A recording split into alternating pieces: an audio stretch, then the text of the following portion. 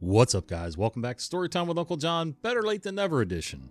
Actually, it's Tales from Tech Support, but you get the idea. I post when I can. Sometimes it's once a week, sometimes it's 3 times a week, but better than nothing at all. Got another pretty decent snowfall the other night. I am thoroughly convinced that I bought too far north. So, listen, I'm spoiled. What can I say? I don't want to sound ungrateful. You know, we're in the mid-Atlantic. We got like 4 or 5 inches of a fluffy snow, nothing major, but you know, I am done with winter at this point. I want spring, and I think I'm spoiled mostly because A, I'm getting older. I'm naturally lazy, and I like the fact that the last 10 or so winters, other than a couple snowstorms here and there, we've had pretty mild winters. So, you know, yes, I got complacent and used to mild winters, and this year we actually got a real one in the middle of a move and everything else going on. So it is what it is. We'll make it through it. We'll survive just like every other year or any other circumstances. So, all right, let's do some tech support. Tech support woes. Hello all, I don't know if this goes here, but I have to facepalm every time I hear it from my company's tech support. I work at a relatively small family-owned manufacturing company as a drafter. Last year, the old tech support lady retired and the company hired a tech support firm to handle all IT-related stuff. Hardware and software maintenance, maintaining the network, etc. The tech support company has many customers and is based in a big city about 2 hours away. They come on site at least once a month to basically have some FaceTime with the company. Now for why I'm here. We have a secure room for the secret squirrel jobs we do sometimes. You have to have clearance to go in there to work. Special key codes, biometric scanner to log in. There's no phones, radios, and all that jazz. Fun stuff. There are several computers and workstations that are connected to a single PC that acts as a server. I describe it as a closed network because the stations only talk to the server, in quotes, and the server only talks to the workstations. There is no internet allowed in that room. The computers are not supposed to be connected to any network that has internet access.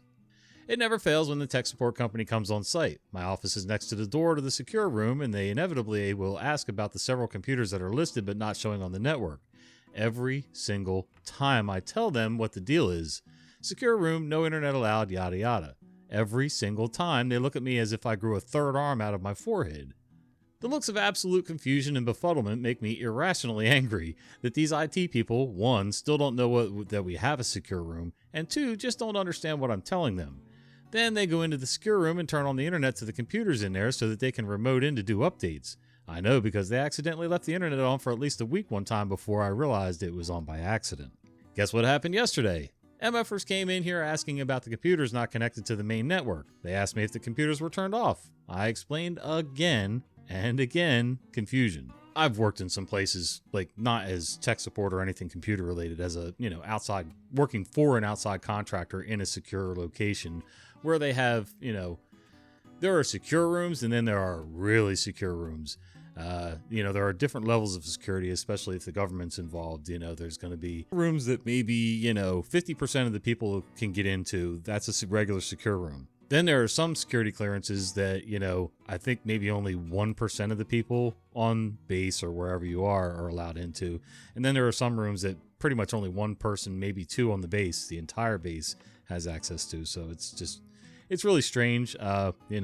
Places where you're not allowed to carry cell phones, cameras, recording devices, all that jazz. So I'm not sure why a tech company wouldn't understand such things. I mean, I'm just a dumb old carpenter and I get it. There are certain things that should not be accessible by people in the environment. There are certain things that shouldn't be accessible online, and nothing is totally secure. If it's hooked to a network that goes outside of that room or that building, there's no way of guaranteeing that it will never get broken into digitally. So I don't know. It doesn't seem like much of a good tech firm if they don't understand the security aspects, but what do I know? Hardware Wars, the Windows Menace. In my last job as public sector IT support, there was this weird persnicketyness to a lot of people's preferences. I understood that a lot of people have been in the job a while, but it seemed like some really took it personally when a hardware refresh was needed. This is about a guy who really, really didn't like Windows. I fully get wanting to use the OS you prefer, but this was a bad case of, sir, this is a Wendy's, via company policy. This situation happened when I was tasked with helping one of the more elusive devs with replacing some 5 to 6 year old hardware for. I got the short end of the stick as I only wanted to be in the office on Fridays after 2 p.m. I'll call him Cryptid. Cryptid didn't like interacting with anyone, period. He was apparently even hard to get a hold of, even on his team. Even when you did, he hated giving me more than the bare minimum. He even refused to give us any work apps or company email to even talk, saying it was just private. It wasn't really, he just hated leaving his nice countryside house to go into town for an hour. Just saying, this guy was a ghost. The time was still peak pandemic, so next to no one was around in offices, save for me and some other grunts. Cryptid was told by his boss to get his new computer that was compatible with their new software environment. The guy had asked his boss repeatedly and asked if we could install Linux. Boss lady looped me in on the email, with me explaining it was an enterprise environment and I couldn't give him Linux. We used Windows 10. I fully understand not liking Windows or wanting to touch it, but this was a work laptop, not his home gaming rig. Anyway, I met with the guy at what used to be his desk and started getting him switched over. The whole time the guy grumbled and complained about every flavor of Windows bad to me. I explained again this was a work laptop and the admins are pretty adamant that everyone has the same environment. He was also playing around on a personal laptop like he was doing work there. It was hard to tell if he was or wasn't. After a bit I asked him to sign into Outlook and he was grumpy that he was being asked to do so. He lamented that his Linux client was so much better. I just kept getting him set up, as I wasn't in the mood for taking anyone's bait. He gets signed in, there's an error. He typed his email wrong, and then he just sighs and closes the laptop. He grumbles that he hates that he has to use a work device for work things. He had asked me if he could just use his own laptop. I said it's not likely given it's an enterprise environment. I did state Cryptid could just limit his use on the laptop to work-only stuff if he wanted to. In that, I then reopened the laptop to get a few other things sorted. He grumbled about it the whole time.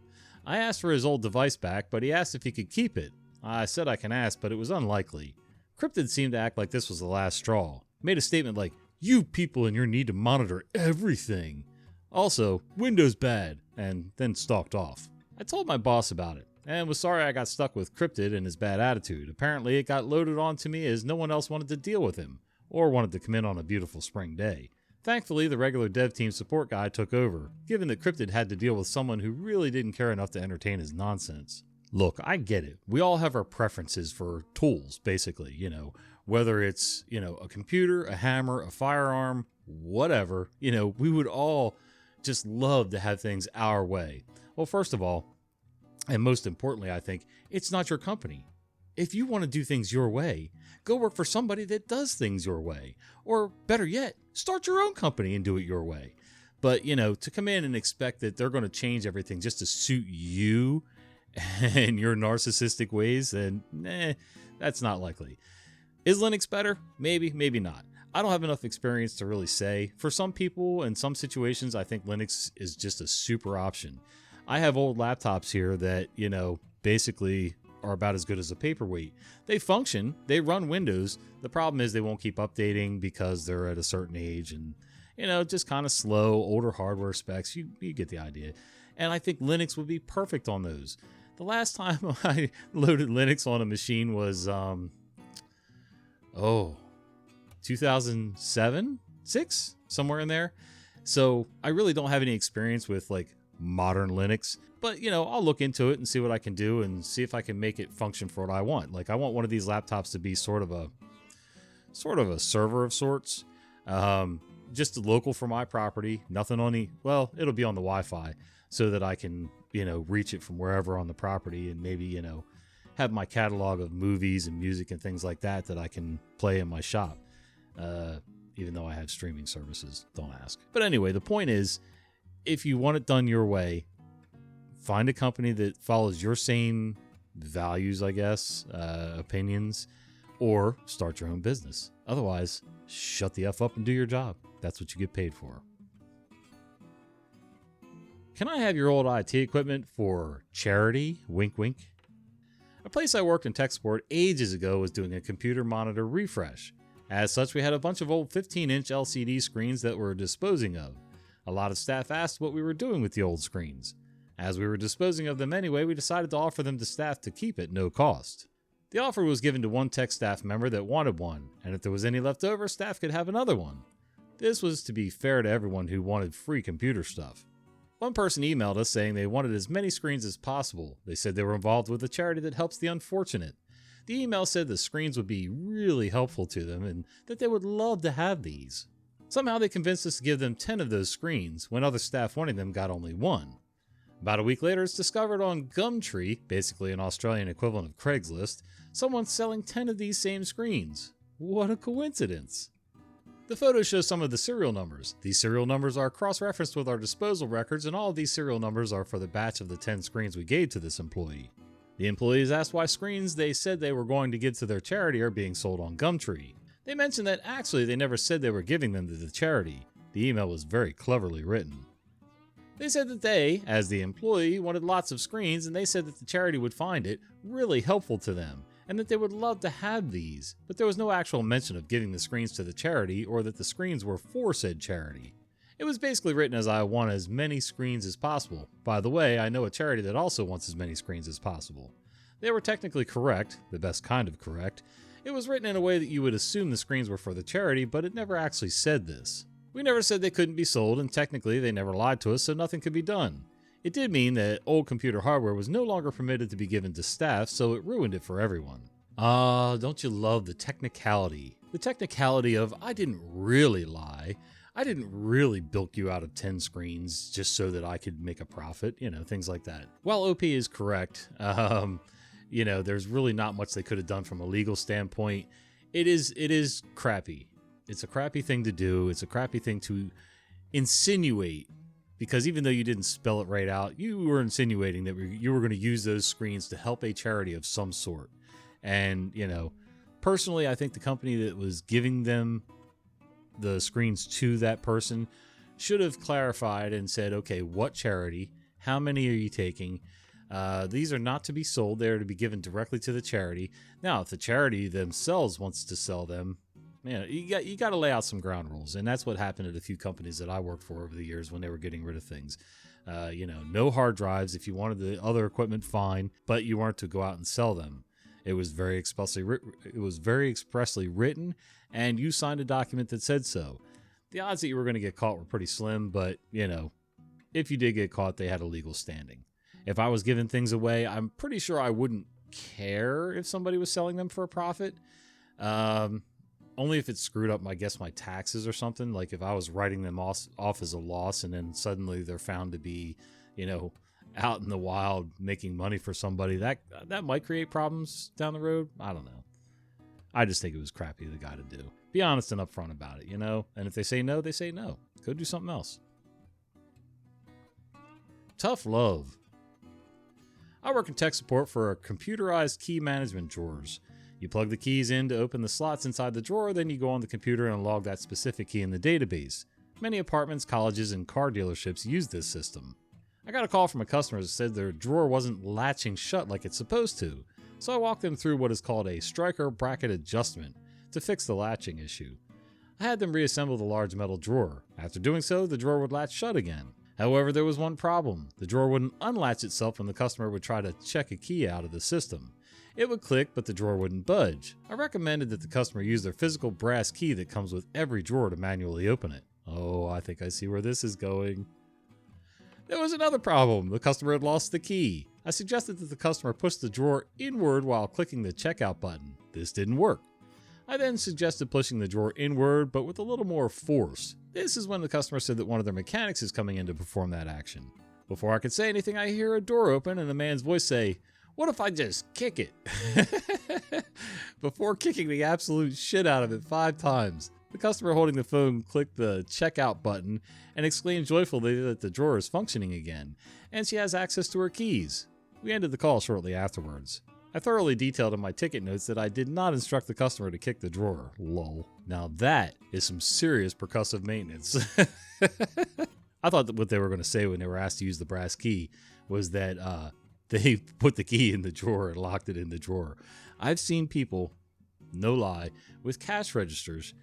Now, most cash register drawers, at least older ones that I'm familiar with, they're run on a computer system of some sort, POS system, and they're set to trigger electronically and open when, you give change back and put your bills in, whatever. And it would always have this little brass specialty key that you could stick in the lock and push the button that the lock cylinder was in to pop the drawer open. And I can't tell you how many times people would, need a safe place for the key. put it in the cash drawer. So if all your electronics go down, you have absolutely no recourse for opening that drawer other than to break something on the drawer unit. But anyway, sometimes you just gotta literally kick the crap out of something to make it function, I guess. I know old TVs work pretty well that way, but Exam conditions. I became the go-to person for supporting exams at one school. It became pretty predictable after a few years which subjects would have the issues and how. One subject was so predictable in technical terms, I wrote the document on how IT would support, but also how we wouldn't support. The class technicians could be a bit loose with the rules, so I had to explicitly state we could not assist with 2 or 3 very specific faults because that's where the student was being tested on being able to resolve it. It had to be made very clear it would be of no help to the student if we got them disqualified from their exam. I was doing some cleanup in one lab one day with the technicians. Student X never remembers to do this bit, and he casually changes a setting to allow the work to output. Otherwise, the student would have submitted a completely blank project. Okay, dude, not my problem. My favorite subject to support was art. It possibly helped having artists in the family needing technical support from time to time, but I still had to hold my head in my hands when back in the privacy of our office. On one occasion I get the call, so I turn up and ask them to describe the problem. The students' pictures look fine on the screen but print out with terrible quality. I catch immediately what's happening and ask the teachers to step outside with me to speak privately. We shuffle out, both teachers looking at me like deer caught in headlights, as is often the case when I speak to them in geek. Then I explain, choosing my words as carefully as I can, partly to be reassuring and partly to avoid being patronizing. They are, after all, art teachers and the student is using Photoshop. Right, so the source picture displays fine on screen. Your student has zoomed in on a smaller section of this and it loses quality the larger you magnify it. It isn't a problem with the computer or printer. The photo itself doesn't have that level of detail to begin with. Like, not only should you know this, you should be teaching it. Their faces light up in understanding and they bolt back into the room. I am 100,000% certain they immediately relayed all of this back to the student. I've seen students ask them questions about their final pieces with what the hell is that word? Invigilator? Right there, just 5 feet away, and they're just brazenly told them exactly what to do. Absolutely without a doubt that they did the same for this student. The most terrifying moment, though, was the day that things happens where you don't register a noise until it stops. A malevolent silence fell across the room as the sound of fans spinning hushed all at once. I look up. Panic attack already flushing my brain with the bad hormones, expecting dark monitors and wailing children, reaching to my phone to call estates to report a power cut. But no screaming, not a single stirred soul. 24 kids still absorbed in their work, basking in the light of their screens. It's just the air conditioning thermostat taking itself to idle. I'm still shaking as I walk back to my desk. I've been there before where, on a job site, you're so used to hearing, like we had one job site where there was a wood planer. You shove a board in laying flat and it shaves that little bit of wood on the surface. There was a wood planer running all day doing face frames for cabinets. And I was off on another end of the shop doing some other kind of assembly work or something. And all of a sudden that thing shuts off and I know it's not time to leave. It's not lunchtime. It's not break time. But for some reason my brain sort of almost triggered a panic response because that noise stopped. I had been hearing the white noise through I had, earmuffs for hearing protection. And all of a sudden this noise stops and I'm thinking, what the hell just happened? Like it was so surreal. There was nothing wrong at all in the shop. It was just my brain triggered for some reason, but what are you going to do? As far as these teachers go, I mean, there are things that they should be teaching their kids. If they know the program, they're teaching an art class about Photoshop. They should know more about Photoshop to be able to teach Photoshop. They should also be able to diagnose why things are coming out in bad print quality if they look fine on the screen. Sometimes I think the training just isn't what it's supposed to be for some instructors, but again, dumb carpenter, what do I know? I've refunded you in full. Back when I was younger and much dumber, I did some occasional help for a neighbor. It was only the odd thing here and there. Small things like setting up a printer or installing software. I never charged for anything. Said neighbor started a business and started to rely more and more on their PCs, so these little requests for help became more frequent. Then started the, I need this urgently, please come assist ASAP, etc. No offer of money was ever made. I was also doing a fair bit of study, worked a part-time job, and had somewhat of a social life, so I wasn't really interested in charging money and any of the responsibilities and risks that come with it. I did tell the neighbor whilst I would help as much as I can, if they rely on their computer for their business, it might be worthwhile getting a paid IT person. Their attitude was basically, why would I pay someone when you do it for free? Anyway, one day something breaks on a Monday or Tuesday, and I mentioned I couldn't take a look till the weekend, due to study, work, etc. They said that won't do, and that they really needed me to take a look, and if I could rearrange a few things so I could take a look today or tomorrow. I say I can't. They mentioned that this isn't good enough and that they rely on their computer and I need to fix it ASAP. At this point, I've pretty much had enough. I say, I'm sorry my services haven't met your needs. I'll give you a full refund for my services so far. Then they say, I don't think I've actually paid you for anything, have I? I say, no. Therefore, the refund is complete. I think they got the hint. Okay, there's two problems here. One, you have a guy that's sort of took advantage of a teen, young adult to do things for them on their computer. When you're a homeowner and you're asking for help and the techie person is offering their help, and it's a good relationship. One likes to serve, the other one's in need. It works out well as long as things aren't being taken advantage of and abused. Once this man started a business, he should have either offered to pay you something, anything. Trade, barter is still alive and well, you know. Like I have chickens. If I'm doing something, you know, maybe I can barter a few eggs for something small, you know. I mean, I know I'm not going to get, you know, hours and hours worth of labor out of somebody for a few eggs, although with the prices going the way they are, maybe. But anyway, so, you know, the guy started taking advantage. He just got too comfortable with you being at his beck and call for, you know, technical things. The other problem here is that you allowed him. When you knew that he was starting a business, you should have said, listen, I got a lot of stuff in my life going on, like right up front. I can help you out once in a while, but I can't be there on a regular. I can't be at your, you know, I can't be on call for the tech stuff that you need. You're going to have to hire somebody, or, you know, you're going to have to make it worth my time to be able to rearrange or, you know, come more on your schedule than mine. Yeah, that was a bad setup from both of your sides, I think. Yes, the old man took advantage of you, but at the same time, you allowed him to take advantage of you. It's your time, it's your money, it's your expertise, whatever. You kind of need to set the boundaries. If you don't set boundaries for people, even if they're not meaning any ill will and they're not really thinking that they're taking advantage, you know, some people just don't, they have zero self-awareness, so they're not going to notice when they're doing something to somebody else. So, you know, set boundaries for people. That goes for your personal life, your business life, your whatever relationships you have. Set appropriate boundaries and stick to them. You don't have to be mean and nasty about it. Just, you know, you do have to be matter of fact. You have to be sometimes very blunt with people. People don't take hints. So, you know, be direct. Hey, I like you. I like helping you, but I only have so many hours in a day and I've got a lot of stuff going on in my life. You can't rely on me totally. You know, if I can help you once in a while, great. Otherwise, you're going to have to hire somebody to either come in or you're going to have to take your stuff to them. And I think if you set that standard and that boundary up front, or at least as close to up front as you can, then there's a lot less hard feelings later on and, you know, drama. Speaking of drama, time to go do some chores around the farm. You know, we're not really a farm. I use that term as loose as you could ever use it. But we do have some chickens and dogs and a lot of children. Does that qualify as farm animals? Yeah, close enough. All right, guys, till the next video, we'll see you.